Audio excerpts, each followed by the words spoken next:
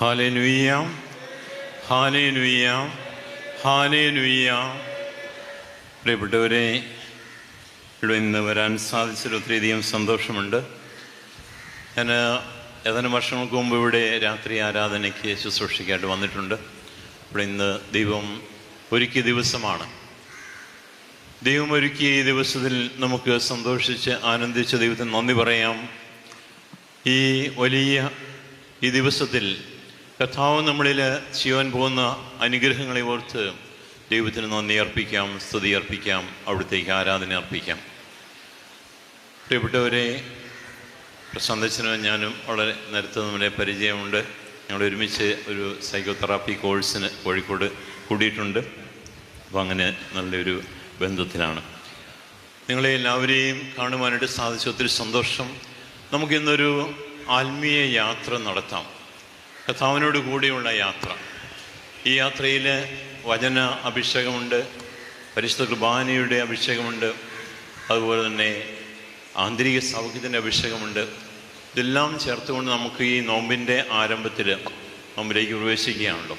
അപ്പോൾ നമുക്ക് കർത്താവിനോട് കൂടിയുള്ള യാത്ര ഈ നോമ്പിലുടനീളം നടത്തുവാനായിട്ട് നമ്മളെ സഹായിക്കുന്ന രീതിയിലുള്ള ഈ ശുശ്രൂഷയിലേക്ക് ആദ്യം മുതൽ അവസാനം വരെ നിങ്ങൾ ഉണ്ടായിരിക്കണം. മനസ്സുകൊണ്ട് പോലും ഇവിടെ ഒന്നും പോകരുത്, ശാരീരികമായിട്ട് വിട്ടുപോകരുത്, മനസ്സുകൊണ്ടും ഇവിടെ ആയിരിക്കണം ആദ്യം മുതൽ അവസാനം വരെ. കാരണം ആ ആദ്യം മുതൽ അവസാനം വരെയുള്ള ആ ശുശ്രൂഷയിലൂടെ കടന്നു പോകുമ്പോഴാണ് കർത്താവിൻ്റെ അനുഗ്രഹം നമുക്ക് അനുഭവവേദ്യമാകുന്നത്. അതുകൊണ്ട് പ്രിയപ്പെട്ടവരെ, കർത്താവിൻ്റെ ചൈതന്യത്തെ നിറയുവാൻ നമുക്ക് പ്രാർത്ഥിക്കാം. എല്ലാ തിന്മയുടെ സ്വാധീനങ്ങളിൽ നമുക്ക് കർത്താവ് നമ്മെ വിടുതൽ നൽകി അനുഗ്രഹിക്കട്ടെ. നമ്മുടെ ശരീരത്തിൻ്റെ, മനസ്സിൻ്റെ, ആത്മാവിൻ്റെ മേഖലകളിൽ വലിയ കരുത്തായ അഭിഷേകമായി കർത്താവ് വന്ന് നിറയട്ടെ. Hallelujah, hallelujah, hallelujah, hallelujah, hallelujah,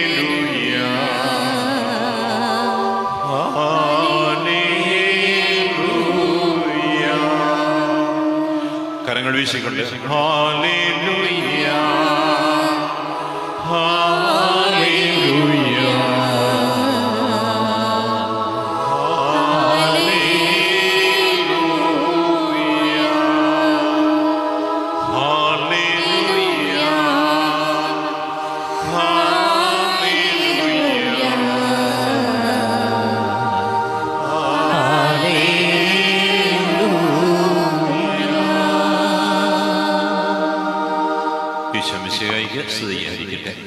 എപ്പോഴും സ്തുതിയായിരിക്കട്ടെ. പ്രിയ സഹോദരങ്ങളെ, നമുക്ക് ഈശോയോടുകൂടിയുള്ള ഈ യാത്രയിൽ ലൂക്കായുടെ സുവിശേഷം 24-ാം അധ്യായം 13 മുതലുള്ള തിരുവചനങ്ങളോട് നമുക്ക് യാത്ര ചെയ്യാം. എല്ലാവരും റെഡിയാണോ?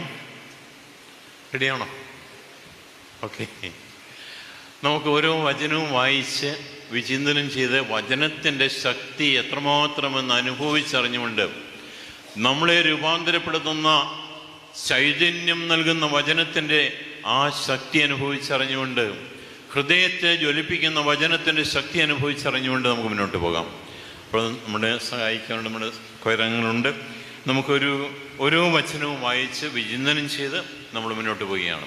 ഈ യാത്രയിൽ കർത്താവിനോട് ചോദ്യം ചോദിക്കുന്നു, കർത്താവിൽ നിന്ന് ഉത്തരം നമ്മൾ കേൾക്കുന്നു. അങ്ങനെ ഹൃദയത്തിൻ്റെ ആഴങ്ങളിലേക്ക് ആ വചനം രൂഢമൂലമായിട്ട് അങ്ങേറ്റം ആഴ്ന്നിറങ്ങട്ടെ. ആ വചനം നമ്മളെ രൂപാന്തരപ്പെടുത്തുന്നതാണ്. ഇന്ന് നിങ്ങൾ ഇങ്ങോട്ട് വന്നതുപോലെ അല്ല നിങ്ങൾ തിരിച്ചു പോകാൻ പോകുന്നത്. ആണോ? അല്ല. ഇന്ന് നിങ്ങൾ ഇങ്ങോട്ട് വന്ന ഒരു പക്ഷേ വേദനയും പ്രശ്നങ്ങളും ഒക്കെ ഉണ്ടായിരിക്കാം, ബുദ്ധിമുട്ടുകളുണ്ടായിരിക്കാം, നിരാശയുള്ളവരുണ്ട്, ദുഃഖമുള്ളവർ സന്തോഷത്തോടെ മുന്നോട്ട് പോകും. നിരാശപ്പെട്ട് വന്നവർ പ്രത്യാശയോടെ മുന്നോട്ട് പോകും. വിദ്വേഷവും കോപവും ഒക്കെ മനസ്സിൽ ഉള്ളവർ വലിയ സ്നേഹത്തിൻ്റെ അഭിഷേകത്താൽ നിറഞ്ഞ് മുന്നോട്ട് പോകും. അങ്ങനെ വലിയൊരു രൂപാന്തരീകരണം കർത്താവ് നമ്മൾ ചെയ്യുവാൻ പോകുന്നു. അതിന് ദൈവത്തിന് നന്ദി പറഞ്ഞുകൊണ്ട് നമുക്ക് ഈ ശുശ്രൂഷയിലേക്ക്, വചന അഭിഷേക ശുശ്രൂഷയിലേക്ക് കടക്കാം. നമുക്ക് ഒരു വചനം ലൂക്കാ 24-13 വരെയുള്ള ഭാഗം ഓരോ വചനവും നമ്മൾ വായിച്ച് വിചിന്തനം ചെയ്ത് മുന്നോട്ട് പോവുകയാണ്. ആ ദിവസം തന്നെ അവരിൽ 2 പേർ ജെറുസലേമിൽ നിന്ന് ഏകദേശം 60 സ്ഥാദിയോൺ അകലെയുള്ള എമ്മാവൂസ് ഗ്രാമത്തിലേക്ക് പോവുകയായിരുന്നു. ആ ദിവസം ഏത് ദിവസമാണത്? ഏത് ദിവസമാണ്? യേശുവിൻ്റെ ഉത്ഥാനത്തിൻ്റെ ദിവസമാണ്. ആ യേശുവിൻ്റെ ഉത്ഥാനത്തിൻ്റെ ദിവസം 2 ശിഷ്യന്മാർ എമ്മാവൂസിലേക്ക് പോവുകയാണ്. ജെറുസലത്തിൽ നിൽക്കാതെ എമ്മാവൂസിലേക്ക് പോവുകയാണ്. എന്താണ്, അവർ പിക്നിക്കിന് പോയതാണോ, സൈറ്റ് സീയിങ് എക്സ്കർഷന് പോയതാണോ? എന്താണ് അവർ പോകാൻ കാരണം? എന്തിനാണോ അവർ പോയത് എമ്മാവൂസിലേക്ക്? എന്തുകൊണ്ടാണ് ജെറുസലത്തിൽ നിൽക്കാതിരുന്നത്? ജെറുസലത്തിൽ നിൽക്കാതിരുന്നത് അവർക്ക് ഭയമായിരുന്നു. എന്തിനെ ഭയപ്പെട്ടു? ആരെ ഭയപ്പെട്ടു? യഹൂദ പ്രമാണിമാരെ ഭയപ്പെട്ടു. യഹൂദ പ്രമാണിമാർ യേശുവിനെ വധിച്ചു, ഇനിയും ഇപ്പോൾ ഞങ്ങളെയാണ് പിടിക്കാൻ പോകുന്നത്. അതുകൊണ്ട് ഇവർക്ക് വലിയ ഭയമാണ്. യേശുവിൻ്റെ മരണത്തിൽ അവർക്ക് ദുഃഖമുണ്ട്, നിരാശയുണ്ട്, വേദനയുണ്ട്. അങ്ങനെ എല്ലാ നെഗറ്റീവ് വികാരങ്ങളാന്ന് പറഞ്ഞ് ഈ ശിഷ്യന്മാർ 2 പേരും തീരുമാനിച്ചു, ജെറൂസലം വിട്ടുപോയേക്കാം, ഇവിടെ നിന്ന് കഴിഞ്ഞാൽ പ്രശ്നമുള്ള സ്ഥലത്തു നിന്ന് അവർ വിട്ടു എറിഞ്ഞു പോവുകയാണ്. ആ ദിവസം അവർ 2 പേർ ജെറൂസലേമിൽ നിന്നും 60 സ്ഥാദിയോൺ അകലെയുള്ള, എത്രയാണ് 60 സ്ഥാദിയോൺ എന്ന് പറയുമ്പോൾ? ഏതാണ്ട് 11 കിലോമീറ്റർ ദൂരമുള്ള അങ്ങോട്ട് നടന്നു പോവുകയാണ്. അപ്പം എന്താണ് സംഭവിച്ചത്? അടുത്ത വചനത്തിലേക്ക് നമുക്ക് കടന്നു വരാം. ഈ സംഭവങ്ങളെക്കുറിച്ചെല്ലാം അവർ സംസാരിച്ചു കൊണ്ടിരുന്നു. അവർ സംസാരിക്കുകയും വാദിക്കുകയും ചെയ്തുകൊണ്ട് പോകുമ്പോൾ യേശുവും അടുത്തെത്തി അവരോടൊപ്പം യാത്ര ചെയ്തു. യേശുവിൻ്റെ ജീവിതത്തിൽ നടന്ന സംഭവങ്ങളെക്കുറിച്ചെല്ലാം അവർ സംസാരിക്കുകയും വാദിക്കുകയും ചെയ്തുകൊണ്ട് പോവുകയാണ്. സംസാരിക്കുകയും വാദിക്കുകയും ചെയ്യുന്നു. എപ്പോഴാണ് വാദിക്കുന്നത് മനുഷ്യരെ? ഒരാൾ ഒന്ന് പറഞ്ഞ് മറ്റേയാൾ വേറൊരു രീതിയിൽ പറഞ്ഞു. അപ്പോൾ അവർ തമ്മിൽ അഭിപ്രായ വ്യത്യാസം ഉണ്ടായി, അല്ലേ? അഭിപ്രായ ഐക്യമില്ലാത്ത അവസ്ഥയിലാണ് ഈ വാദപ്രതിവാദം ഉണ്ടാകുന്നത്. അവരുടെ ഇടയിൽ പല കാര്യങ്ങളെക്കുറിച്ച് അഭിപ്രായ ഐക്യം ഉണ്ടായിരുന്നോ? ഇല്ലായിരുന്നു. ഒറ്റ കാര്യത്തിൽ അഭിപ്രായ ഐക്യം ഉണ്ട്. എന്താണ്? സ്ഥലം വിട്ടു പോയേക്കാം, ജെറൂസലം വിട്ടു പോയേക്കാം എന്നുള്ള ആ ഒരൊറ്റ കാര്യത്തിൽ ഐക്യം ഉണ്ടായിരുന്നു. ബാക്കി പല കാര്യങ്ങളിലും അവർക്ക് അഭിപ്രായ വ്യത്യാസം ഉണ്ടായിരുന്നു. അപ്പോൾ അതുകൊണ്ട് സംസാരിക്കുകയും വാദിക്കുകയും ചെയ്തുകൊണ്ടാണ് പോകുന്നത്. അങ്ങനെ വാദപ്രതിവാദം നടത്തിക്കൊണ്ട് പോകുന്ന ആ ശിഷ്യന്മാരുടെ കൂടെ ഈശോ യാത്ര ചെയ്തു. അതാണ് സദ്വാർത്ഥം. കർത്താവിൻ്റെ സാന്നിധ്യം അവരുടെ കൂടെ ഉണ്ടായിരുന്നു. ഈ ശിഷ്യന്മാർ യേശുവിൻ്റെ ശിഷ്യത്വം ഉപേക്ഷിച്ച് പടിയിറങ്ങിയവരാണ്. ആ ശിഷ്യത്വം ഉപേക്ഷിച്ച് പോകുന്നവരെയും ഉപേക്ഷിക്കുന്നവനല്ല കർത്താവ് എന്നുള്ള വലിയ സദ്വാർത്ഥം നമുക്കവിടെ കാണുവാൻ സാധിക്കും. വലിയ അനുഗ്രഹം. കർത്താവിനെ ഇവർ ഉപേക്ഷിച്ച് പോവുകയാണ്, ജെറൂസലം വിട്ടുപോവുകയാണ്, ശിഷ്യത്വം ഉപേക്ഷിച്ച് പോവുകയാണ്. ആ ശിഷ്യന്മാരെ മനസ്സിലാക്കിക്കൊണ്ട്, അവരുടെ വേദന മനസ്സിലാക്കിക്കൊണ്ട് അവരുടെ കൂടെ നടക്കുന്ന ഈശോയെ നമ്മൾ കാണുന്നത്. അതായത് നമ്മുടെ ജീവിതത്തിലെ ഓരോ വേദനയും ബുദ്ധിമുട്ടുകളും ക്ലേശങ്ങളുമൊക്കെ നമ്മൾ സഹിച്ചുകൊണ്ട് മുന്നോട്ട് പോകുമ്പോൾ നമ്മൾ തനിയെയെല്ലാം അവൻ നമ്മുടെ കൂടെ നടക്കുന്നുണ്ട്. ആ ശിഷ്യന്മാർക്ക് പക്ഷേ യേശുവിനെ കാണാൻ സാധിച്ചില്ല. അവരുടെ കണ്ണുകൾ മൂടപ്പെട്ട അവസ്ഥയിലായിരുന്നു. അതുകൊണ്ട് നമ്മുടെയും ജീവിതത്തിൽ കർത്താവ് നമ്മുടെ കൂടെയുണ്ട് എന്നുള്ള വലിയ സത്യം മനസ്സിലാക്കാതെ നമ്മളും കണ്ണുകൾ മൂടപ്പെട്ട അവസ്ഥയിൽ അവനെ തിരിച്ചറിയാൻ പറ്റാത്ത അവസ്ഥയിലായിരിക്കാം. ഈശോ കൂടെ ഉണ്ടായിട്ടും ഈ ശിഷ്യന്മാർ തിരിച്ചറിവില്ലാത്ത 2 ശിഷ്യന്മാരാണ് അവർ. യേശു നമ്മുടെ കൂടെ യാത്ര ചെയ്തു, അവരുടെ കണ്ണുകൾ മൂടപ്പെട്ടിരുന്നു. അവരവരോട് ചോദിച്ചു, എന്നാൽ അവനെ തിരിച്ചറിയാൻ കഴിയാത്ത വിധം അവരുടെ കണ്ണുകൾ മൂടപ്പെട്ടിരുന്നു. അവൻ അവരോട് ചോദിച്ചു, എന്തിനെക്കുറിച്ചാണ് നിങ്ങൾ സംസാരിക്കുന്നത്? അവർ മ്ലാനവദനരായി നിന്നു. യേശു അവരോട് ഒരു ചോദ്യം ചോദിച്ചു, എന്തിനെക്കുറിച്ചാണ് നിങ്ങൾ സംസാരിക്കുന്നത് ചോദിച്ചു. അവരതിന് ഉത്തരം പറയാനുള്ള ശക്തിയില്ലാതെ മ്ലാനവദരായിട്ട് നിൽക്കുകയാണ്. മ്ലാനവദരായിട്ട് നിൽക്കുന്നു എന്ന് പറഞ്ഞാൽ അതിൻ്റെ അർത്ഥം എന്താണ്? അവരുടെ ഉള്ളിൽ വലിയ സങ്കടവും നിരാശയും എല്ലാമാണ്, ദുഃഖവുമാണ്. അവരുടെ മനസ്സിൻ്റെ വേദനകൾ, ഉള്ളിലെ വേദനകൾ ഇതാ മുഖം, മനസ്സിൻ്റെ കണ്ണാടിയായ മുഖം ഇതാ ഏറ്റെടുത്തിരിക്കുന്നു. അതേ, മനസ്സിൻ്റെ വിങ്ങലുകൾ നമ്മുടെ മുഖത്ത് പ്രത്യക്ഷപ്പെടും. ചില വേന്ദ്രന്മാരുണ്ട്, അവർ മനസ്സിൽ എന്തെല്ലാം പ്രശ്നങ്ങളുണ്ടായാലും ഇങ്ങനെ വളരെ ചിരിയൊക്കെ മുഖത്ത് ഫിറ്റ് ചെയ്തുകൊണ്ട് അഭിനയിക്കുന്നവരുണ്ട്. എത്ര നാൾ അഭിനയിക്കാൻ പറ്റും? അത് നമുക്ക് ഒളിച്ചു വെക്കാനാവില്ല.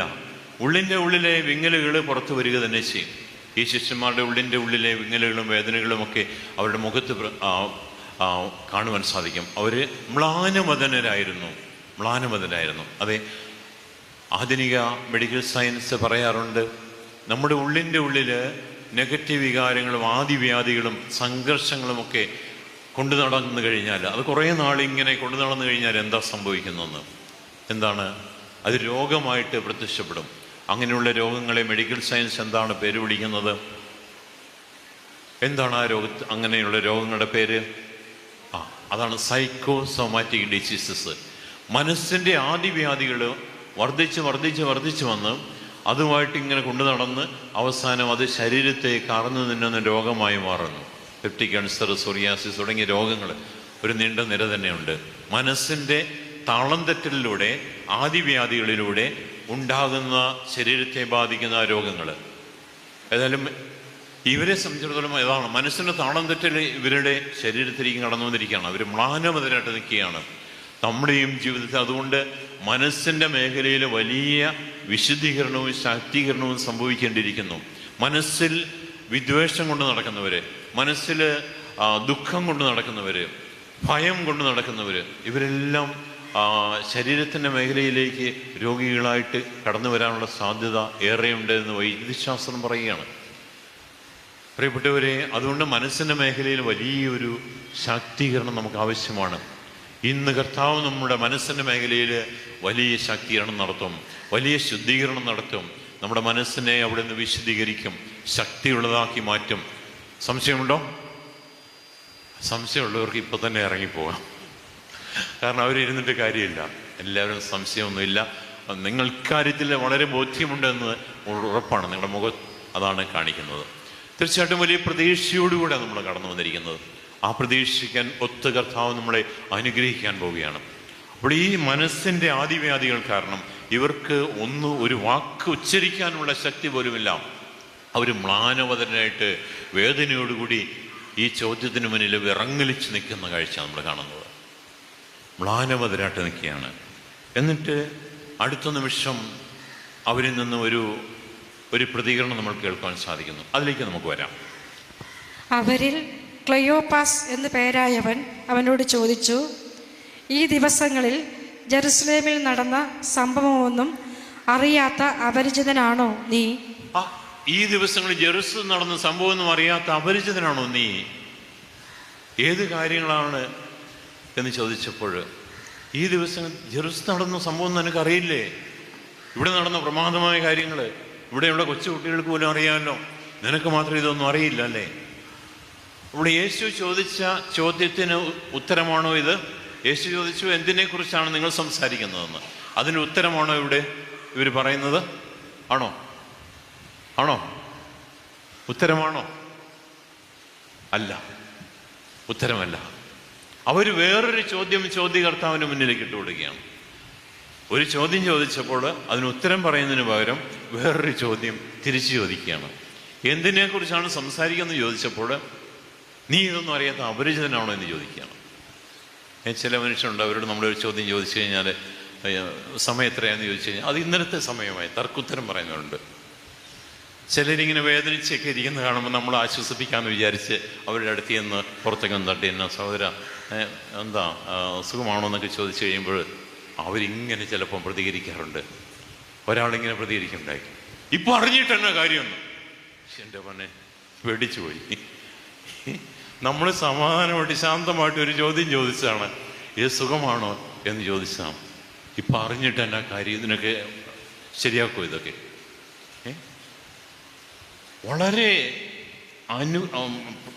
വളരെ ആനുപാതികമല്ലാത്ത രീതിയിൽ പ്രതികരിക്കുന്നവരെ കാണാറുണ്ട്. ആനുപാതികമല്ലാത്ത രീതിയിൽ. എന്തുകൊണ്ടാണ് അവരിങ്ങനെ പ്രതികരിക്കുന്നത്? നമ്മൾ ശാന്തമായിട്ടൊരു ചോദ്യം ചോദിച്ചേ ഉള്ളൂ, അവരിങ്ങോട്ട് വെട്ടുബോധനം പോലെ ഇങ്ങനെ കടന്നു വരികയാണ്. എന്താണ് ഇങ്ങനെ സംഭവിക്കുന്നത്? എന്തുകൊണ്ടാണ് ചിലരിങ്ങനെ പ്രതികരിക്കുന്നത്?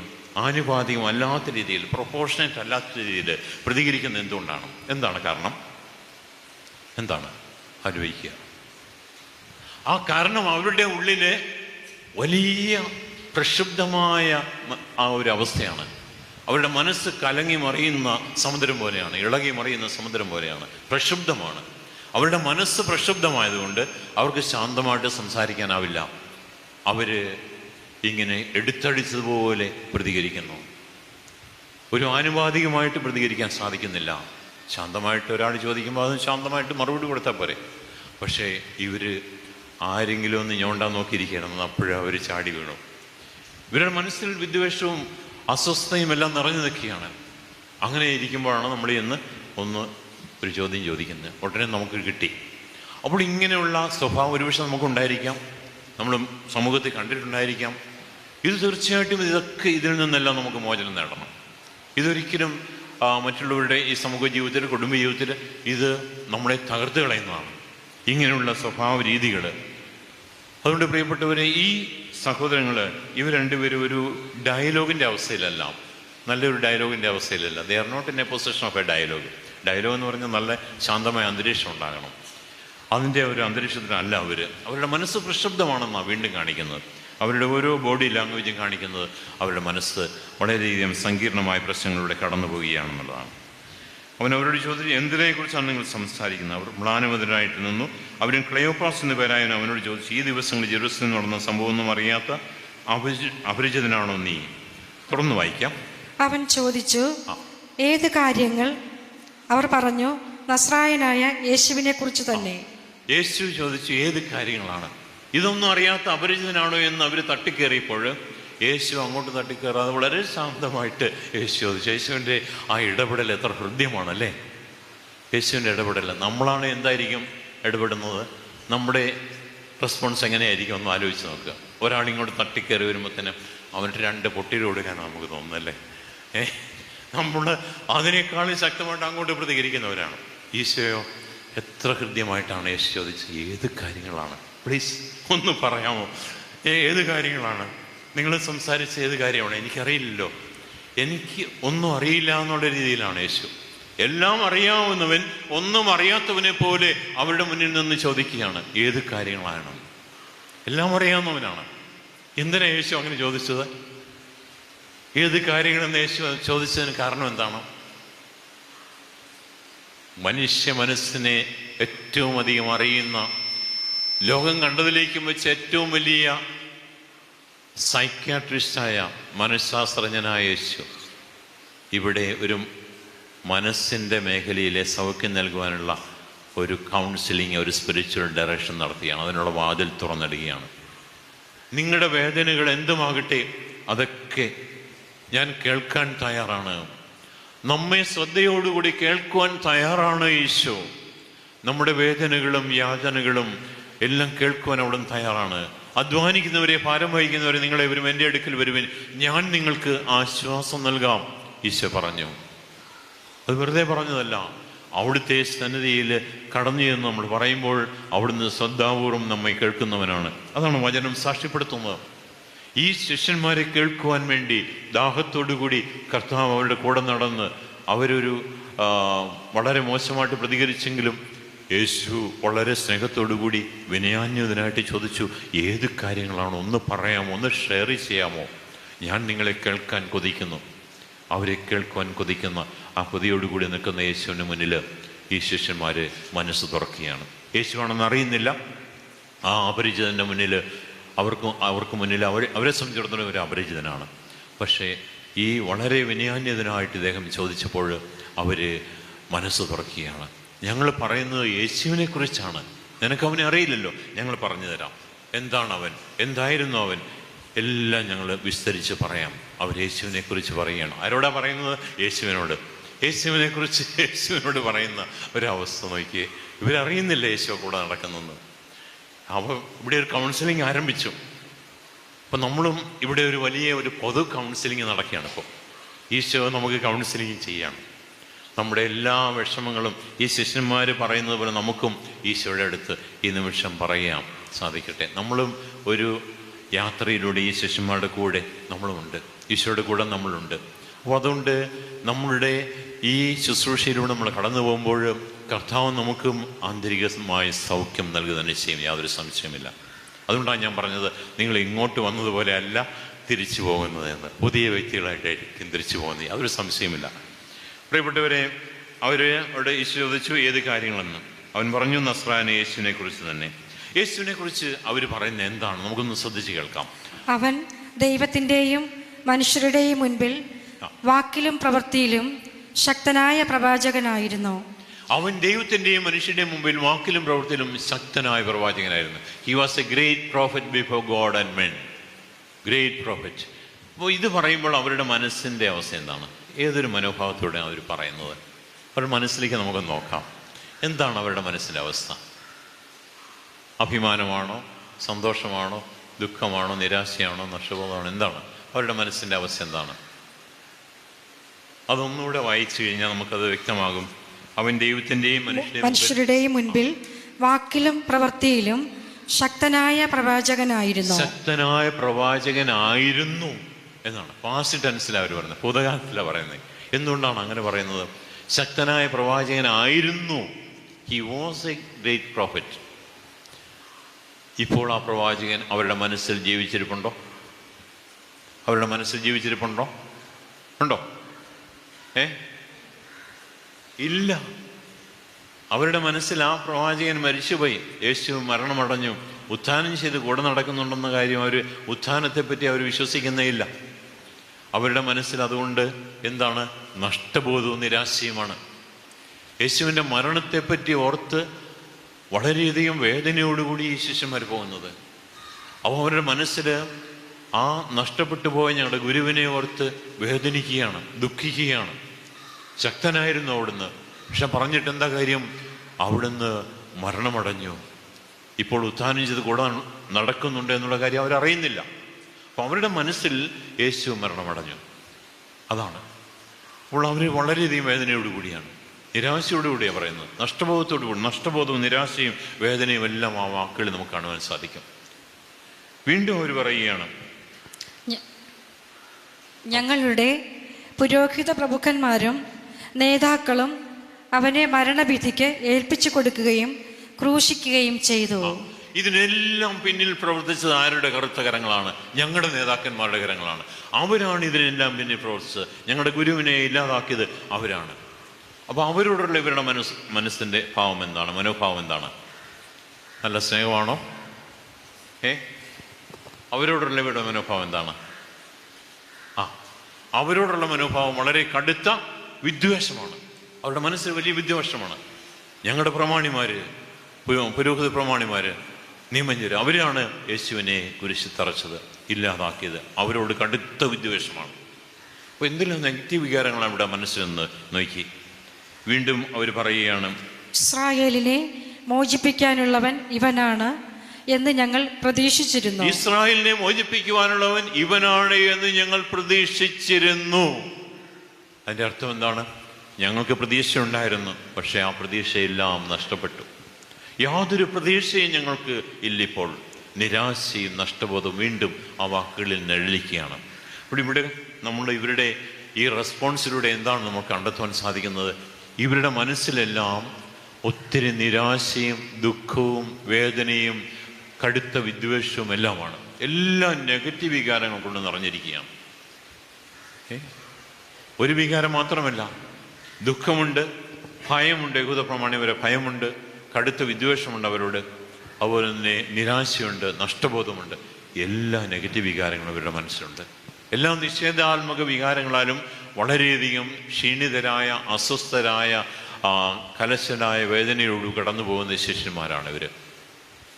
ഒരു വികാരം തന്നെ ഉണ്ടായാൽ മതി. ചില വീട്ടിലൊക്കെ ചിലപ്പോൾ കറിക്ക് അല്പം ഉപ്പ് കുറഞ്ഞു പോയി, പ്രശ്നമായി, പ്ലേറ്റൊക്കെ ഇങ്ങനെ പറന്നു പോകുന്നതാണ്.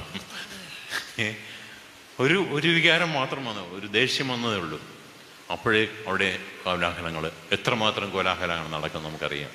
അങ്ങനെയെങ്കിൽ ഈ വികാരങ്ങളെല്ലാം കൂടെ വന്നു കഴിഞ്ഞാലുള്ള അവസ്ഥ നോക്കി, അവരുടെ ആ സങ്കീർണമായ മനസ്സിൻ്റെ അവസ്ഥയൊന്ന് നോക്കി. അത്രമാത്രം വേദനയിലൂടെ അവർ കടന്നു പോവുകയായിരുന്നു. അങ്ങനെ വേദനയിലൂടെ കടന്നു പോകുന്ന ഈ ശിഷ്യന്മാരുടെ മനസ്സിൻ്റെ വേദന മനസ്സിലാക്കിക്കൊണ്ട് അവരെ ആശ്വസിപ്പിക്കുവാനായിട്ട് ഈശോ കടന്നു വന്നതാണ്. നമ്മുടെ ജീവിതത്തിൽ വേദനയിലൂടെ കടന്നു പോകുമ്പോൾ ദൈവം അങ്ങകലെ ആകാശങ്ങൾക്കപ്പുറത്തിരുന്ന് പുഞ്ചിരി തൂകുന്നവനല്ല, അങ്ങ് ആകാശങ്ങൾക്കപ്പുറത്തുള്ള ഒരു ദൈവത്തെ അല്ല ബൈബിളിലൂടെ വിരചിതമായ മനോഹരമായ ചിത്രം. അങ്ങകലെയുള്ള ഒരു ദൈവത്തെയല്ല, ഇങ്ങിവിടെയുള്ള ഇമ്മാനുവൽ ദൈവം. ഇമ്മാനുവലാണ് ദൈവം, നമ്മുടെ കൂടെയാണ്, കൂടെ വസിക്കുന്ന, വേദനിക്കുന്ന ഓരോ മകൻ്റെയും മകളെയും കൂടെ നടക്കുന്ന ഒരു കർത്താവിനെയാണ് നമ്മൾ വചനം ചൂണ്ടിക്കാണിക്കുന്നത്. അതങ്ങനെ ഒരു മനോഹരമായ ചിത്രമാണ് നമുക്ക് കാണുവാൻ സാധിക്കുന്നത്. പ്രിയപ്പെട്ടവരെ, ഈ ശിഷ്യന്മാരുടെ കൂടെ നടന്ന ഈശോ നമ്മുടെ ഓരോ വേദനയിലും, നമ്മുടെ കടബാധ്യതകളും, നമ്മുടെ പ്രശ്നങ്ങളിലും, നമ്മുടെ സങ്കീർണമായ അവസ്ഥകളിലെല്ലാം നമ്മുടെ കൂടെയുണ്ട്. നമ്മളെ അവിടുന്ന് അനാഥരായി വിടുകയില്ല. കൂടെ വസിക്കുന്ന ദൈവം ഇമ്മാനുവേൽ, അവൻ നമ്മുടെ കൂടെ യാത്ര ചെയ്യുന്നുണ്ട്. അവനെ കാണുവാനുള്ള കണ്ണ് തുറക്കുക, വിശ്വാസമാകുന്ന കണ്ണുകൾ കൊണ്ട് അവനെ കാണുക. ഈ ശിഷ്യന്മാർക്ക് കാണാൻ സാധിച്ചില്ല, അതുകൊണ്ട് അവർക്ക് തിരിച്ചറിവ് ഉണ്ടായില്ല. പ്രിയപ്പെട്ടവരെ, ഇവര് യേശുവിനെ പറ്റി പറഞ്ഞതിലൂടെ എല്ലാം നമുക്ക് മനസ്സിലാക്കാൻ സാധിച്ചു. അവരുടെ മനസ്സ് മുഴുവനും നിറയെ ആ നിഷേധാത്മക വികാരങ്ങളാണ്. എന്നിട്ട് അവർ വീണ്ടും പറയുകയാണ്, ഇതൊക്കെ സംഭവിച്ചിട്ട് ഇത് 3-ാം ദിവസമാണ്. ഞങ്ങളുടെ കൂട്ടത്തിലുള്ള ചില സ്ത്രീകൾ ഞങ്ങളെ വിസ്മയിപ്പിച്ചു.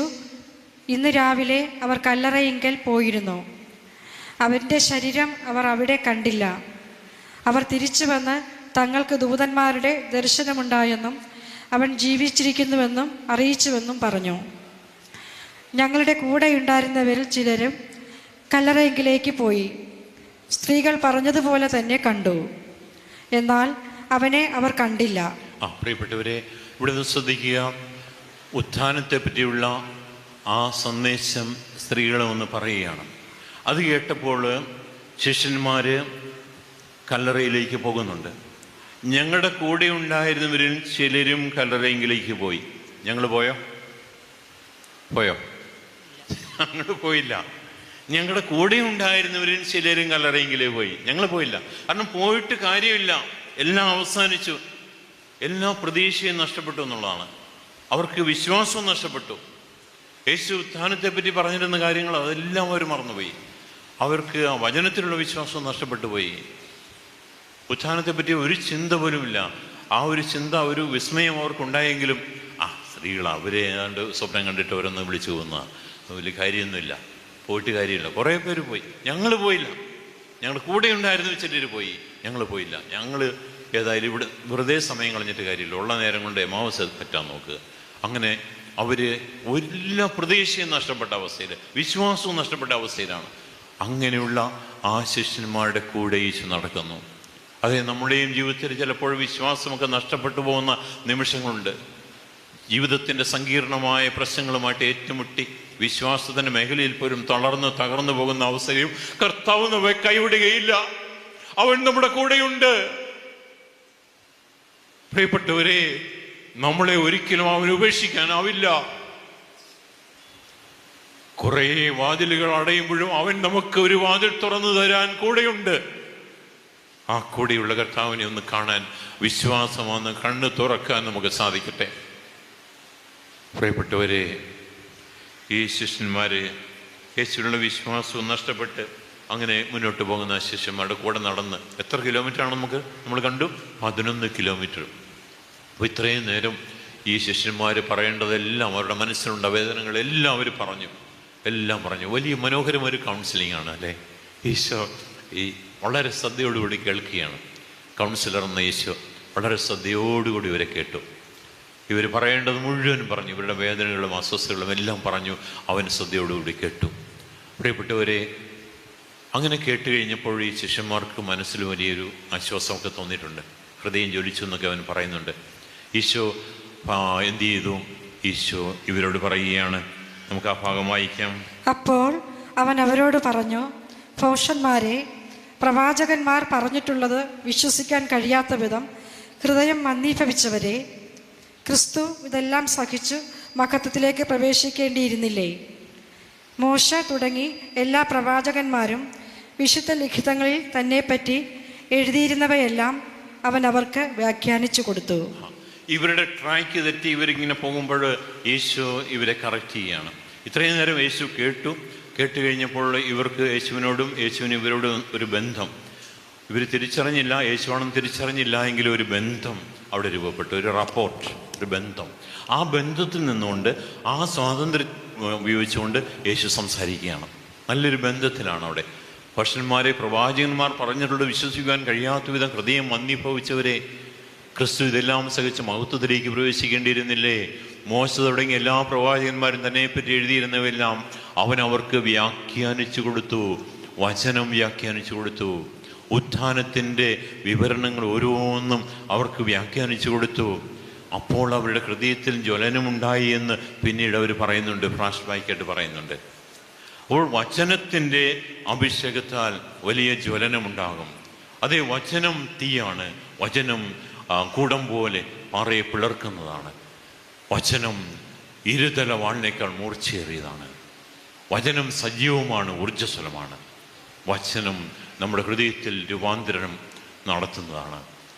ഈ വചനം കേട്ടപ്പോൾ ഇവരുടെ ഹൃദയത്തിൽ ജ്വലനമുണ്ടായി. എങ്കിലും തിരിച്ചറിവുണ്ടായില്ല. ഈ വചനത്തിൻ്റെ ശക്തിയാൽ ഇവർ മുന്നോട്ട് പോവുകയാണ്. അവർ എത്തേണ്ടിയിരുന്ന അടുത്ത ഭാഗത്തിലേക്ക് നമുക്ക് വരാം. അവർ എത്തേണ്ടിയിരുന്ന ഗ്രാമത്തോടടുത്തു. അവനാകട്ടെ യാത്ര തുടരുകയാണെന്ന് ഭാവിച്ചു. അവർ അവനെ നിർബന്ധിച്ചുകൊണ്ട് പറഞ്ഞു. നമുക്ക് അവിടെ ഒന്ന് നിൽക്കാം. അവിടെ വലിയൊരു ധ്യാനം കിടപ്പുണ്ട്. അവർ എത്തേണ്ടിയിരുന്ന ഗ്രാമം ഏതാണ്? നമുക്കറിയാം. ഏതാണ്? എമ്മാവൂസ്. എമ്മാവൂസിൽ എത്താറായി. അവരുടെ ഭവനത്തിലെത്താറായി. അപ്പോൾ അവരുടെ ഭവനത്തിലേക്ക് പ്രവേശിക്കാൻ തുടങ്ങുക. അപ്പോൾ അവരിങ്ങനെ നോക്കിയപ്പോൾ ഇതാ യേശു മുന്നോട്ട് പോകാനായിട്ട് ഭാവിച്ച് നിൽക്കുകയാണ്. യേശു മുന്നോട്ട് പോകാനായിട്ട് ഇങ്ങനെ ഭാവിച്ച് നിൽക്കുകയാണ്. ഞാൻ മുന്നോട്ട് പോവുകയാണ്. ഇവിടെ നാൽക്കവലയാണെന്ന് വിചാരിക്കുക. മുന്നോട്ടുള്ള വഴി ഇവരുടെ ഭവനത്തിലേക്ക് പ്രവേശിക്കാനായിട്ട് അങ്ങനെ പോകുന്നു. അപ്പോൾ അവരിങ്ങനെ നടന്നു നീങ്ങി. അപ്പോൾ യേശുവിനെ നോക്കിയപ്പോൾ ഇതാ യേശു മുന്നോട്ട് പോകാനായിട്ട് മുന്നോട്ട് പോയില്ല. മുന്നോട്ട് പോകാനായിട്ട് ഭാവിച്ചിങ്ങനെ മുന്നോട്ടിങ്ങനെ ആഞ്ഞു നിൽക്കുക. ഒന്ന് സങ്കല്പിച്ച് നോക്കി ആ ഒരു നിൽപ്പ് എത്ര മനോഹരമാണ്. മുന്നോട്ട് പോകാനായിട്ട് ഭാവിച്ച് നിൽക്കുക. എന്തിനിങ്ങനെ ഭാവിച്ച് നിൽക്കുന്നത്? ഇവരുടെ കൂടെ അങ്ങ് കയറിയ പോരായിരുന്നു അല്ലേ അമ്മച്ചി? ഇവരുടെ കൂടെ അങ്ങ് കയറിയ പോരായിരുന്നു. അമ്മച്ചി വളരെ നല്ല ഊർജ്ജസ്വലതയോടുകൂടെ കേൾക്കുന്നത്. ഇല്ലേ? കയറിയ പോരായിരുന്നോ? കയറിയ മതി എന്ന് അമ്മച്ചി തന്നു. പക്ഷെ കയറാൻ അങ്ങനെ പറ്റിയില്ല. യേശു എന്തിനാണ് അവിടെ ഇങ്ങനെ മുന്നോട്ട് പോകാനായിട്ട് ഭാവിച്ച് നിന്നത്? എന്താണ്?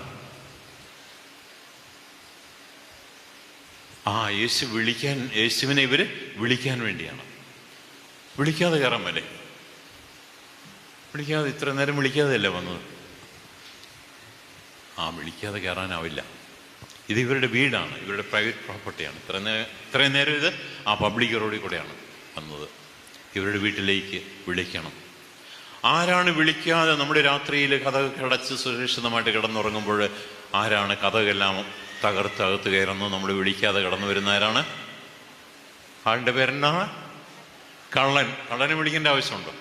കള്ളൻ വീട് അകത്ത് കയറുന്നു, കതക് തല്ലി തകർത്തകത്ത് കയറുന്നു, വിളിക്കാതെ വരും. യേശുവിനെ വിളിക്കണം. യേശു ഹൃദയ കവാടത്തിൽ വന്ന് മുട്ടും. അതാണ് വെളിപാട് പുസ്തകം 3:20 നമ്മൾ കാണുന്നുണ്ട്. ഇതാ ഞാൻ വാതിലിൽ വന്ന് മുട്ടുന്നു. ആരെങ്കിലും എൻ്റെ സ്വരം ശ്രവിച്ച് വാതിൽ തുറന്നു തന്നാൽ ഞാൻ അകത്ത് പ്രവേശിക്കും, അവനോടൊപ്പം ഭക്ഷണത്തിന് ഇരിക്കുകയും ചെയ്യും.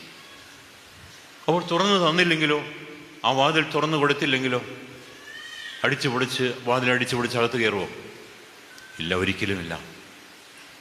ഇവിടെ നമ്മൾ കാണുന്ന എന്താണ്? മനുഷ്യ സ്വാതന്ത്ര്യത്തെ മാനിക്കുന്ന ദൈവത്തിൻ്റെ മനോഹരമായ ചിത്രമാണ്.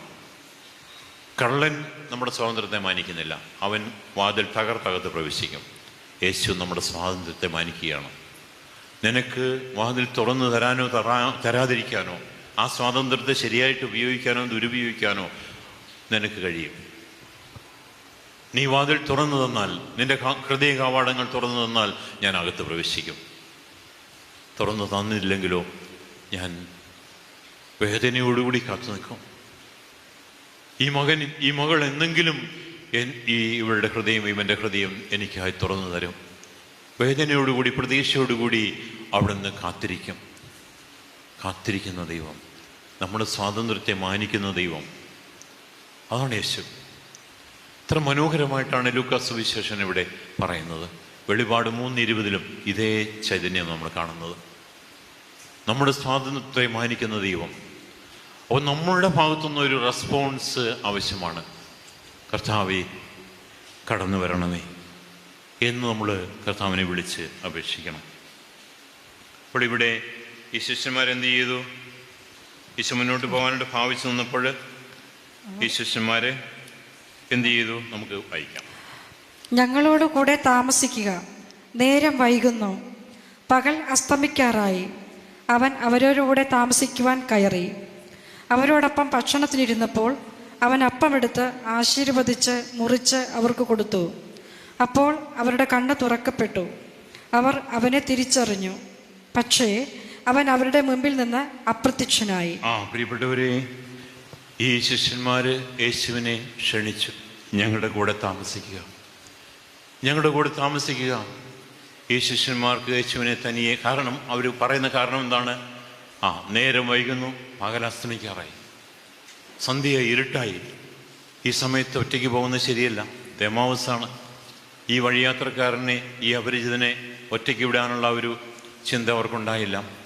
അവർക്ക് ഇദ്ദേഹത്തെ അവരുടെ കൂടെ താമസിപ്പിക്കണമെന്നുള്ള ആഗ്രഹമുണ്ടായി.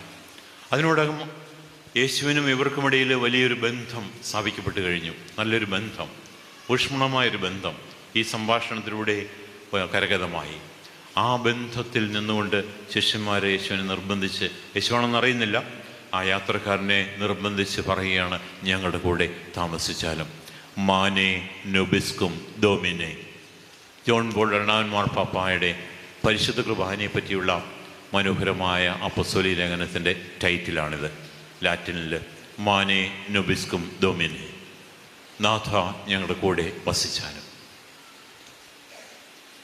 അതെ, ഈ പ്രാർത്ഥന ഇവർ നടത്തിയപ്പോൾ, ഈ യാചന നടത്തിയപ്പോൾ യേശു ആ സമയം തന്നെ ഈശോ അവരുടെ ഭവനത്തിലേക്ക് പ്രവേശിക്കുകയാണ്. അത് നോക്കിയിരിക്കുകയാണ് യേശു അവർ വിളിക്കാൻ വേണ്ടിയിട്ട്. അവരുടെ വിളി പോസിറ്റീവ് സൈൻ കിട്ടി, അവരുടെ ഭവനത്തിലേക്ക് യേശു പ്രവേശിക്കുകയാണ്. അപ്പോൾ അതാണ് നമ്മുടെ ജീവിതത്തിലേക്ക് ഈശോയെ ക്ഷണിക്കണം. നമ്മുടെ കടബാധ്യതകളിലേക്ക്, നമ്മുടെ പ്രശ്നങ്ങളിലേക്ക്, നമ്മുടെ ദുഃഖങ്ങളിലേക്ക്, നമ്മുടെ വേദനകളിലേക്ക്, നമ്മുടെ എല്ലാ പ്രശ്നങ്ങളിലേക്കും കർത്താവേ കടന്നു വരണമേ. നമ്മൾ അമ്മയുടെ ഉദരത്തിലായിരുന്ന നിമിഷം മുതൽ ഈ നിമിഷം വരെയുള്ള എല്ലാ നിഷേധാത്മക വികാരങ്ങളിലേക്കും ഈശോയെ കടന്നു വന്ന് സൗഖ്യം നൽകണമേ എന്ന് നമുക്ക് പ്രാർത്ഥിക്കണം. നമുക്ക് കരങ്ങളൊന്ന് ഉയർത്തി നമുക്ക് പ്രാർത്ഥിക്കാം. ഈശോയെ കടന്നു വരണമേ, നാഥ ഞങ്ങളുടെ കൂടെ വസിക്കണമേ, ഞങ്ങളെ വിശദീകരിക്കണമേ. ഞങ്ങൾ അമ്മയുടെ ഉദരത്തിലായിരുന്ന നിമിഷം മുതൽ ഈ നിമിഷം വരെയുള്ള എല്ലാ നിഷേധാത്മക വികാരങ്ങളിലേക്കും ഈശോയെ കടന്നു വരണമേ, ഈശോയെ കടന്നു വരണമേ. ഞങ്ങളുടെ ദുഃഖങ്ങളിലേക്ക് ഈശോയെ കടന്നു വരണമേ, ഞങ്ങളുടെ ദുരിതങ്ങളിലേക്ക് ഈശോയെ കടന്നു വരണമേ, ഞങ്ങളുടെ കടബാധ്യതകളിലേക്ക് ഈശോയെ കടന്നു വരണമേ, ഞങ്ങളുടെ കോപത്തിലേക്ക് ഈശോയെ കടന്നു വരണമേ. സ്നേഹത്തിൽ ഞങ്ങളെ മുന്നോട്ട് നയിക്കുവാൻ ഈശോയെ കടന്നു വരണമേ. ഞങ്ങളുടെ നിരാശയെ പ്രത്യാശയാക്കുവാൻ ഈശോയെ കടന്നു വരണമേ. ഞങ്ങളുടെ ദുഃഖങ്ങളെ സന്തോഷമാക്കുവാൻ ഈശോയെ കടന്നു വരണമേ. ഞങ്ങളുടെ ജീവിതത്തിലെ ഭയത്തെ മാറ്റി ധൈര്യം കൊണ്ട് നിറയ്ക്കുവാൻ ഈശോയെ കടന്നു വരണമേ. Hallelujah, hallelujah, hallelujah. ഞങ്ങളുടെ കുടുംബത്തിലേക്ക് ഈശോയെ കടന്നു വരണമേ. ഞങ്ങളെ നവീകരിക്കുവാൻ ഞങ്ങളുടെ സമൂഹത്തിലേക്ക് ഈശോയെ കടന്നു വരണമേ. ഞങ്ങളുടെ ഹൃദയങ്ങളിലേക്ക് ഈശോയെ കടന്നു വരണമേ. ഹല്ലേലൂയ, ഹല്ലേലൂയ, ഹല്ലേലൂയ, ഹല്ലേലൂയ,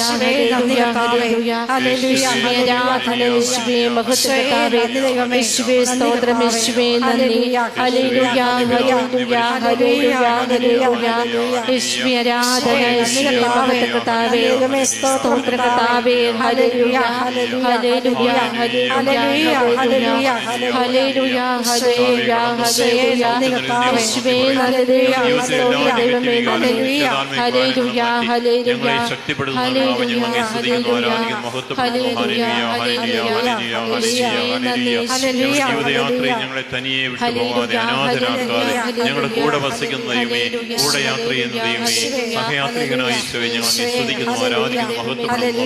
കർത്താവേ നന്ദി, യേശുവേ നന്ദി, പിതാവേ നന്ദി, പരിശുദ്ധാത്മാവേ നന്ദി. Hallelujah, hallelujah, hallelujah, hallelujah, hallelujah, hallelujah, hallelujah, hallelujah, hallelujah, hallelujah.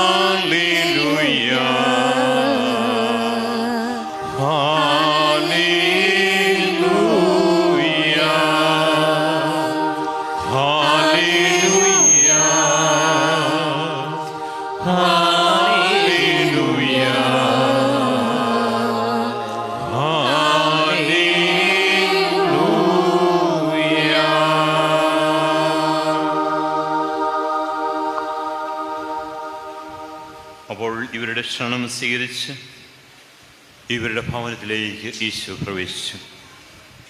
ഈശോയോടെ കടന്നു ചെന്ന് അപ്പമെടുത്ത് ആശീർവദിച്ച് മുറിച്ച് അവർക്ക് കൊടുത്തു. അപ്പോൾ അവരുടെ കണ്ണുകൾ തുറക്കപ്പെട്ടു. എപ്പോഴാണ് കണ്ണുകൾ തുറക്കപ്പെട്ടത്? അപ്പം മുറിക്കിയ ശുശ്രൂഷയിലാണ്. വചനം കേട്ടപ്പോൾ അവരുടെ ഹൃദയത്തിൽ ജ്വലനമുണ്ടായി. അപ്പം മുറിക്കിയ ശുശ്രൂഷയിൽ കണ്ണുകൾ തുറക്കപ്പെട്ടു. പ്രിയപ്പെട്ടവരെ, വളരെ ശ്രദ്ധിക്കുക, വളരെ ശ്രദ്ധാപൂർവമായിരിക്കണമേ ഈ നിമിഷം. അവിടെ നമ്മൾ കാണുകയാണ്, അവൻ അപ്പമെടുത്ത് ആശീർവദിച്ച് മുറിച്ച് അവർക്ക് കൊടുത്തു. ഇവിടെ 4 ക്രിയകൾ നമ്മൾ കാണുന്നുണ്ട്. അവൻ അപ്പമെടുത്തു, ആശീർവദിച്ചു, മുറിച്ചു, അവർക്ക് കൊടുത്തു. ഈ 4 ക്രിയകൾ ഇത് നമ്മൾ വേറെ എവിടെയാണ് കാണുന്നത്? വിശുദ്ധ കുർബാനയിൽ. യേശു അന്ത്യ താഴ്വേളയിൽ വെച്ച് പരിശുദ്ധ കുർബാന സ്ഥാപിച്ചപ്പോൾ ഈ 4 ക്രിയകളും നമ്മളവിടെ കാണുന്നുണ്ട്. അവൻ അപ്പമെടുത്തു, ആശീർവദിച്ചു, മുറിച്ചു, അവർക്ക് കൊടുത്തു. അപ്പോൾ ഇത് യഥാർത്ഥത്തിൽ വെറുതെ ഒരു തീറ്റം കൂടിയായിരുന്നു? അല്ല. അപ്പം മുറിക്കിയ ശുശ്രൂഷയായിരുന്നു, പരിശുദ്ധ കുർബാന അർപ്പണമായിരുന്നു. ആദ്യമ ക്രൈസ്തവ സമൂഹം പരിശുദ്ധ കുർബാന വിളിച്ചിരുന്നത് അപ്പം മുറിക്കൽ ശുശ്രൂഷ എന്നാണ്. അപ്പോൾ പരിശുദ്ധ കുർബാന ഈശോ ഈ ശിഷ്യന്മാരുടെ കൂടെ അർപ്പിക്കുകയാണ്. ഈ ശിഷ്യന്മാരുടെ കണ്ണ് തുറന്നത് ഈ പരിശുദ്ധ കുർബാന മധ്യയാണ്. അവൻ അപ്പമെടുത്ത് ആശീർവദിച്ച് മുറിച്ച് അവർ കൊടുത്തപ്പോഴാണ് അവരുടെ കണ്ണുകൾ തുറക്കപ്പെട്ടത്. Hallelujah, hallelujah, hallelujah, hallelujah, hallelujah, hallelujah. അതെ, കണ്ണ് തുറപ്പിക്കുന്ന കുദാശയാണ് പരിശുദ്ധ കുർബാന. കണ്ണ് തുറപ്പിക്കുന്ന കുദാശ, ഉൾക്കാഴ്ച നൽകുന്ന കുദാശയാണ് പരിശുദ്ധ കുർബാന. നമ്മളെ രൂപാന്തരപ്പെടുത്തുന്ന കുദാശയാണ് പരിശുദ്ധ കുർബാന. അവൻ അപ്പമെടുത്ത് ആശീർവദിച്ച് മുറിച്ച് അവർ കൊടുത്തപ്പോഴല്ലേ അവരുടെ കണ്ണുകൾ തുറക്കപ്പെട്ടത്. അതുവരെയും അവർ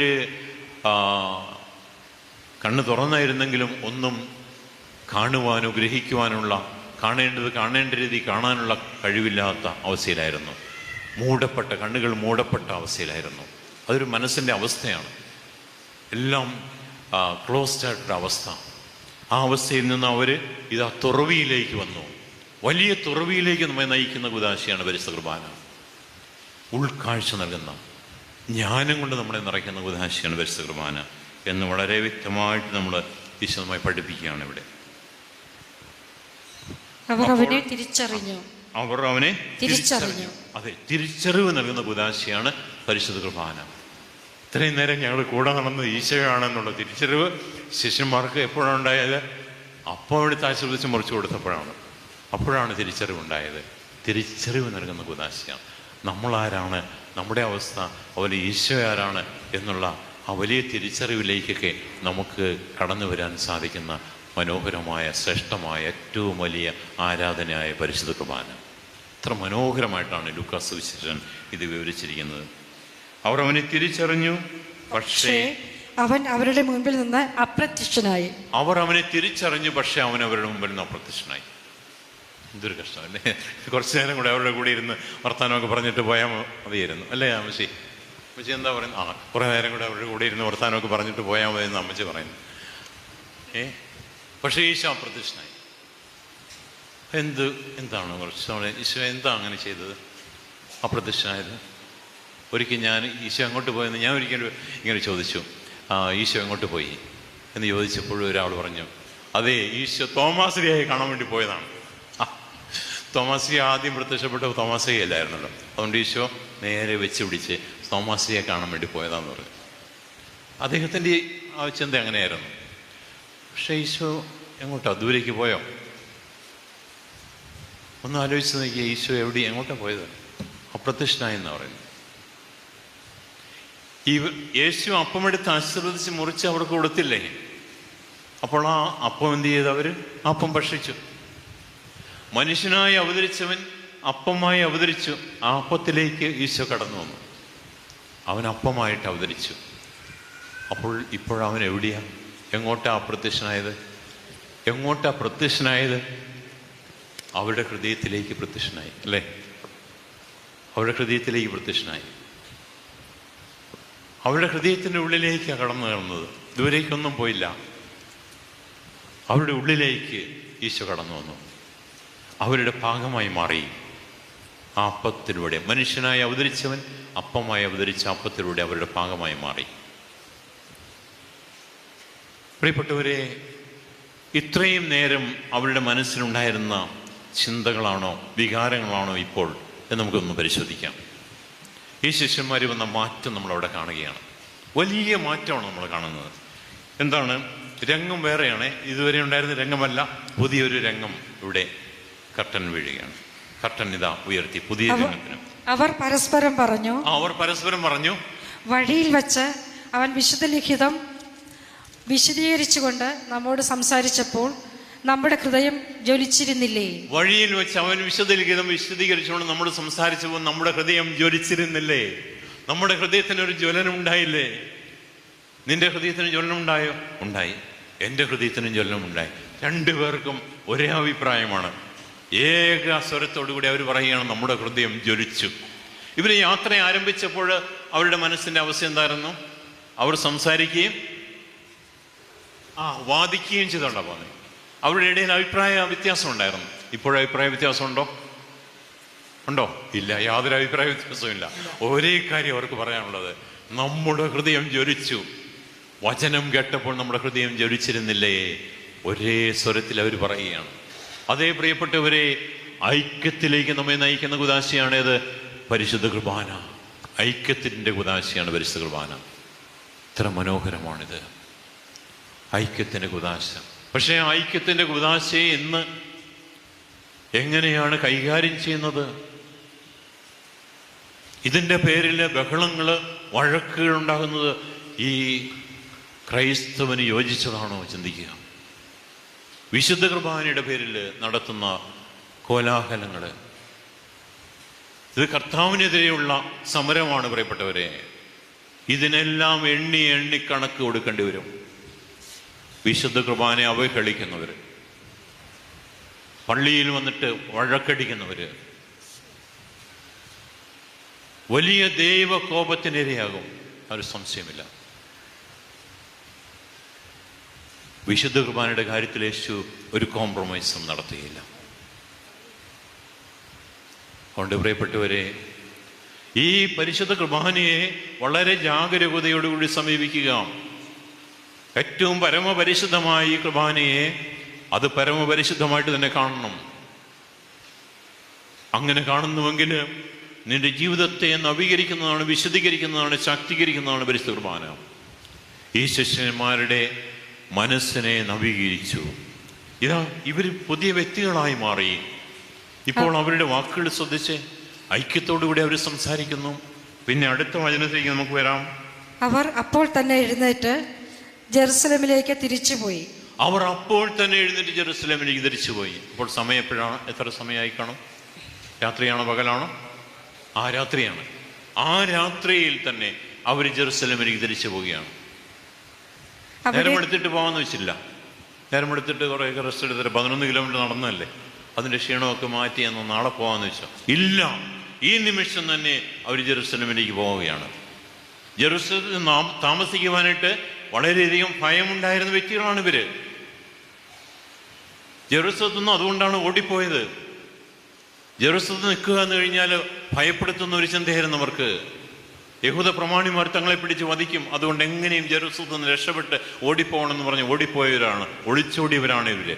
എന്നാൽ ഇതാ ഈ ഒളിച്ചോടിയവര് ഇതാ ആ രാത്രിയിൽ തന്നെ ഇരുട്ടിനെയൊക്കെ ഭയമുണ്ട്, അതിനെയൊക്കെ അതിജീവിച്ച് നിത്യപ്രകാശമായ യേശുവിൻ്റെ പ്രകാശത്തിൽ അവർ പോവുകയാണ് ജെറുസലേമിലേക്ക്. They are marching towards Jerusalem with renewed strength and എന്തൂസിയാസം.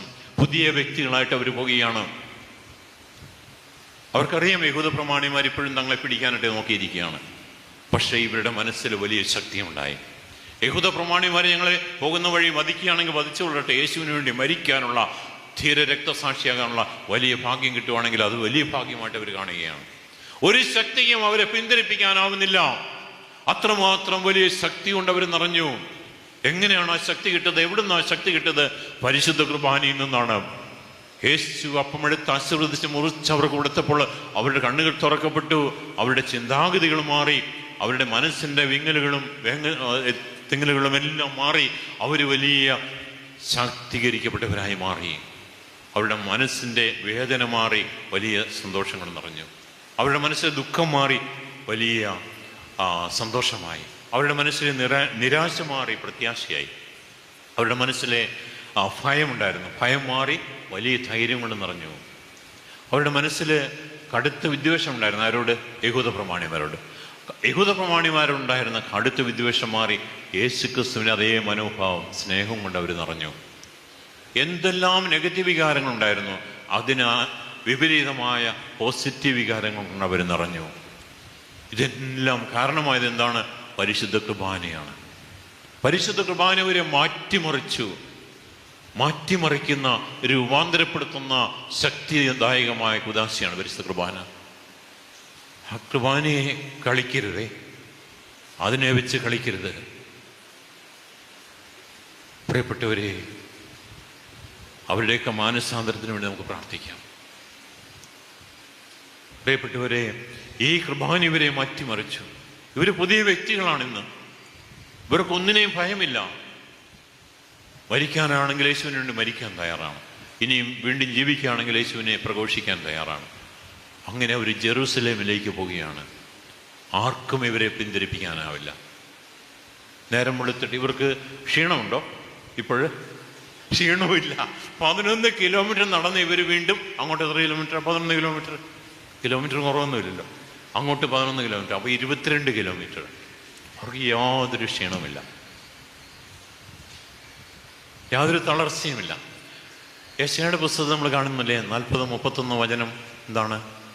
കർത്താവിനെ ആശ്രയിക്കുന്നവർ വീണ്ടും ശക്തി പ്രാപിക്കും. അവർ കഴുകന്മാരെ പോലെ ചിറകടിച്ചുയരും.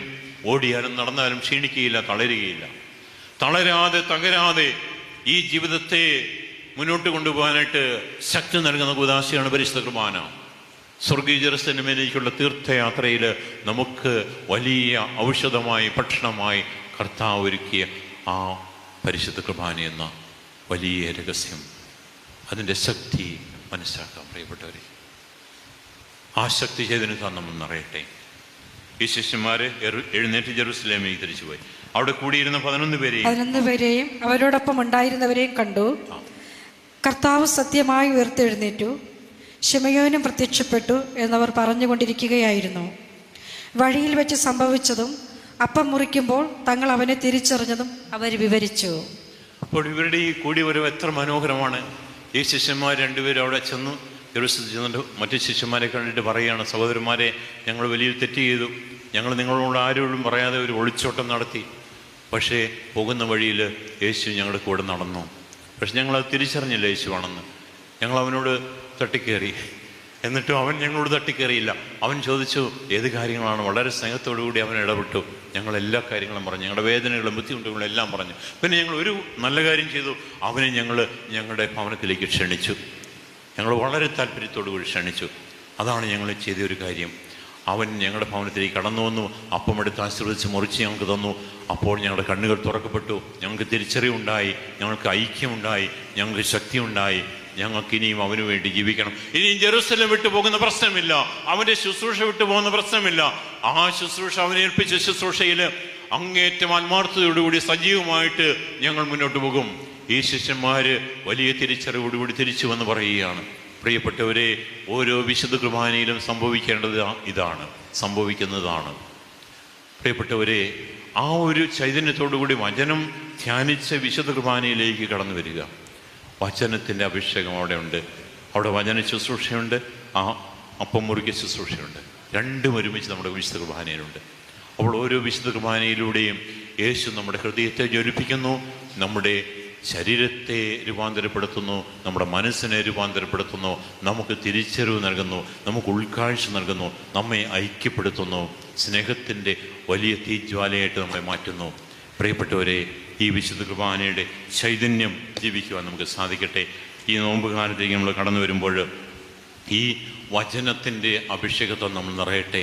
കർത്താവിൻ്റെ വചനം നമ്മുടെ മനസ്സിലെപ്പോഴും നിറഞ്ഞു നിൽക്കട്ടെ. ആ വചനം എന്നും നമുക്ക് ജീവൻ നൽകുന്ന ഈ ശിഷ്യന്മാരുടെ ഹൃദയത്തെ ജ്വലിപ്പിച്ച വചനം നമ്മുടെ ഹൃദയത്തെയും ജ്വലിപ്പിക്കട്ടെ. വചനം നമ്മുടെ ഹൃദയത്തിലുണ്ടെങ്കിൽ നമുക്ക് തെറ്റുപറ്റുകയില്ല. വചനം അറിയാത്തത് കൊണ്ടാണ് നമുക്ക് തെറ്റുപറ്റുന്നത്. മർക്കോസ് 12:24 വചനം പറയുന്നു, കർത്താവിനെതിരെ തെറ്റ് ചെയ്യാതിരിക്കുന്നതിന് വേണ്ടിയിട്ട്, പാപത്തിൽ വീണു പോകാതിരിക്കുന്നതിന് വേണ്ടി വചനം ഹൃദയത്തെ സൂക്ഷിക്കുക. അതാണ് സങ്കീർത്തനം 119:11 തിരുവചനം പറയുന്നത്. അങ്ങേക്കെതിരെ പാപം ചെയ്യാതിരിക്കുന്നതിനു വേണ്ടി ഞാൻ അങ്ങയുടെ വചനം എൻ്റെ ഹൃദയത്തിൽ സൂക്ഷിച്ചിരിക്കുന്നു. ഇംഗ്ലീഷ് വേർഷൻ വളരെ കുറേക്കൂടെ മനോഹരമായിട്ട് തോന്നുന്നു. I treasure your word in my heart so that I may not sin against you. അങ്ങേക്കെതിരെ പാപം ചെയ്യാതിരിക്കേണ്ടതിന് വേണ്ടി ഞാൻ അങ്ങയുടെ വചനം ഹൃദയത്തിൽ സൂക്ഷിച്ചിരിക്കുന്നു. പ്രിയപ്പെട്ടവർ, ഈ നോമ്പ് കാലത്ത് കർത്താവിൻ്റെ വചനം വളരെ ഒരു നിധി പോലെ നമ്മുടെ ഹൃദയത്തിൽ സംഗ്രഹിക്കാം. പരിശുദ്ധ അമ്മയെ പോലെ വചന ഹൃദയത്തിൽ സംഗ്രഹിച്ചുകൊണ്ട് അതിന് പ്രത്യുത്തരം കൊടുക്കുവാൻ സാധിക്കട്ടെ. ഓരോ പരിശുദ്ധ കുർബാനയിലും സജീവമായി പങ്കെടുത്തുകൊണ്ട്, വിശുദ്ധിയോടുകൂടി പങ്കെടുത്തുകൊണ്ട് നമുക്ക് ആ പരിശുദ്ധ കുർബാനയുടെ എല്ലാ ചൈതന്യവും ഏറ്റുവാങ്ങാൻ നമുക്ക് സാധിക്കട്ടെ. പ്രിയപ്പെട്ടവരെ, ഈ കാര്യങ്ങളെല്ലാം ഒരു ഗാനരൂപത്തിൽ ഞാൻ ഏതാനും നാളുകൾക്ക് മുമ്പ് രചിക്കുകയുണ്ടായി.